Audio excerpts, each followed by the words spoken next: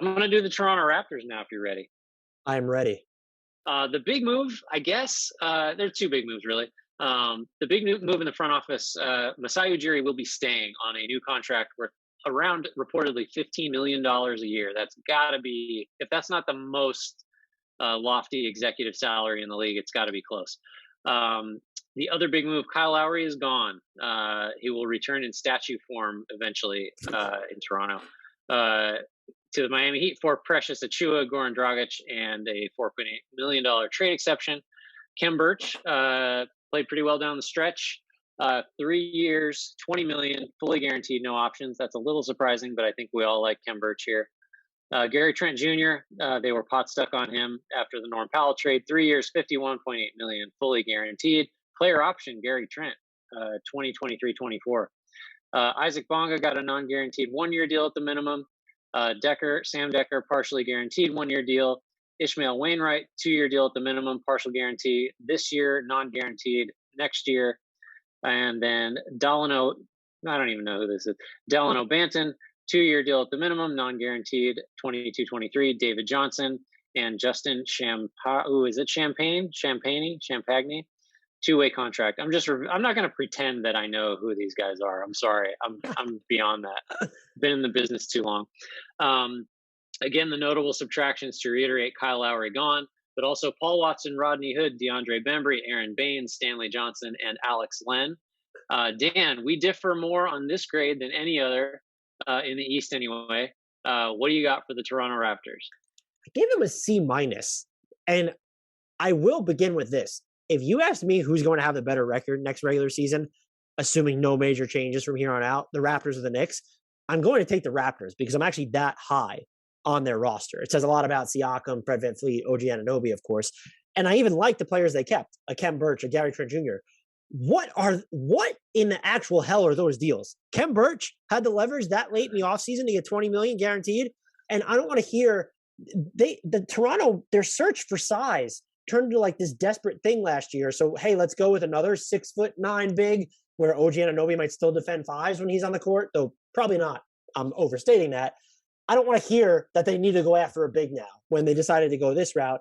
And again, I really like Khem Birch. Gary Trent Jr., fantastic fit. Why was this 3 year deal? Like, how is there a player option on it is basically what I want to know. The number, fine. Why did you give him a player option? Because if he outplays it or meets his value, you're just going to have to double down on it in 2 years. And that's a very short window with which to work. That confused me. Why, even though it's partially guaranteed, even though he might not make the roster, why is Sam All Lives Matter Decker on the Toronto Raptors? I am just, no, I'm not about that. Thank you, J.R. Smith, for alerting us to that years ago. The Kyle Lowry return was bleh. It's fine if you like Precious Achiuwa. I think Goran Dragic could help them insofar as he's still with the team when the season starts. But they clearly should have moved him at the trade deadline. I thought the fact that they didn't at least implied he was more likely to return than we initially expected. It doesn't even seem like he was kind of likely to return. How did you not extract something, anything out of Philly or the Lakers in that scenario based on the rumored deal that was there? And so I think that's a little bit, I don't want to say it's a failure because this team is still really good, but those just minor misses, let's call them. And then I don't like Sam Decker. I just don't understand it. And I think the Masai Ujiri return sort of saves their offseason, right? If he had left, or if this was just like he still wasn't signed at this point, I could have lambasted their offseason. The fact that he's back, they have the best front office in the league between he and Bobby Webster. This was a very uncharacteristically unimpressive offseason for them. And I don't know, you were never going to be better after losing Kyle Lowry, but when looking at everything they did, I feel like they still had the chance to be in a better position than they actually are. And we didn't even mention they drafted Scottie Barnes at number 4, and that's my mistake for not putting it there. I'm fine with that pick. That's a risk, and I kind of respect it. It doesn't necessarily factor into their grade, except that I look at this roster, and the idea of Jalen Suggs just tantalizes. Maybe you're worried about the overlap with he and Fred VanVleet, Gary Trent Jr., Malachi Flynn just being similar in size. Just another shot creator, though, who could put pressure on defenses. Like, it feels like you needed that more than whatever Scottie Barnes might be. And this is a conversation we need to have 4 or 5 years down the line. And so it didn't factor into their grade. However, if you were going to take Scottie Barnes, I would have liked to have seen you prioritize adding additional shot creation somewhere over the offseason, and you did not. And so they get a C minus. That's with the caveat. I think people are sleeping on them as a real threat in the Eastern Conference. It's a very weird trajectory I just traveled in the past 2 minutes, but it's one that I'm owning. It's been a journey. I was glad to take it with you. I gave him an A minus, and like I could show you my arm, and you can see the Toronto Raptors Kool-Aid IV drip just in there, and I've just been drinking it forever. And not unrelated, a lot of this grade is for keeping Ujiri and spending to do it. But like at the same time, if you're a smart organization, and like sure we're getting a little bit far afield, but we're almost done here. $15 million for maybe the best overall executive in the league. Like $15 million is like a seventh man on the court. Like if you're allocating resources, same thing I said with the coaching, like, man, that's a bargain, right? It sounds crazy because just that's not what executives make that we know of. But like all of the good things about Toronto, and give him some of the bad too, I guess. Like the Gary Trent deal is a little rich for sure.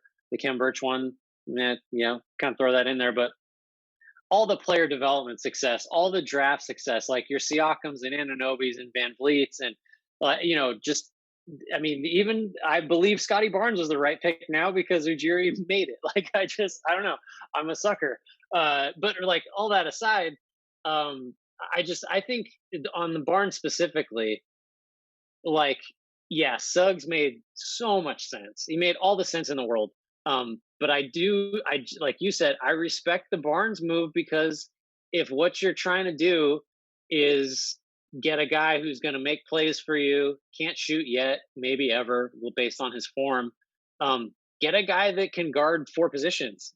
That's fun, because now you got like 3 of those guys. If you're really trying to be on the forefront of what basketball is going to look like, there's a case to be made that the Raptors are very much like an example of that. If you're going to be playing Siakam and Anunoby and Barnes together, that's interesting. And with rookies, who knows, right? Like at least there seems to be kind of a theory here. It might leave a hole in shot creation and shot making, but I'm interested.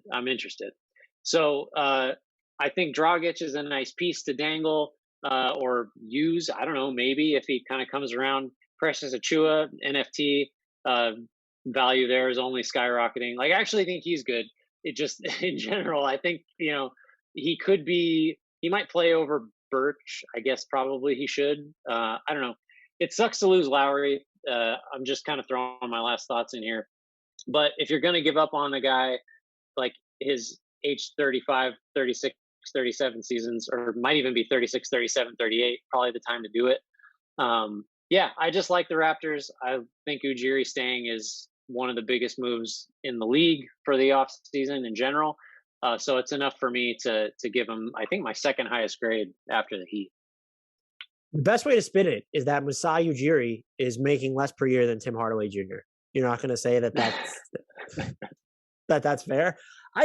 Look, and I viewed Scottie Barnes as net neutral for them. I didn't move their grade in either direction based off them taking him because of what came next. Again, had they added another shot creator / maker, I probably would have felt better about that pick. But I'm at a point where I feel really good about what the Raptors have built, but I don't know what they've done like to really to elevate their team both in the short and long term. I just don't think they did. Scottie Barnes is it to me. And that's going to be something that maybe pays off 3, 4, 5 years down the line, which again is fine.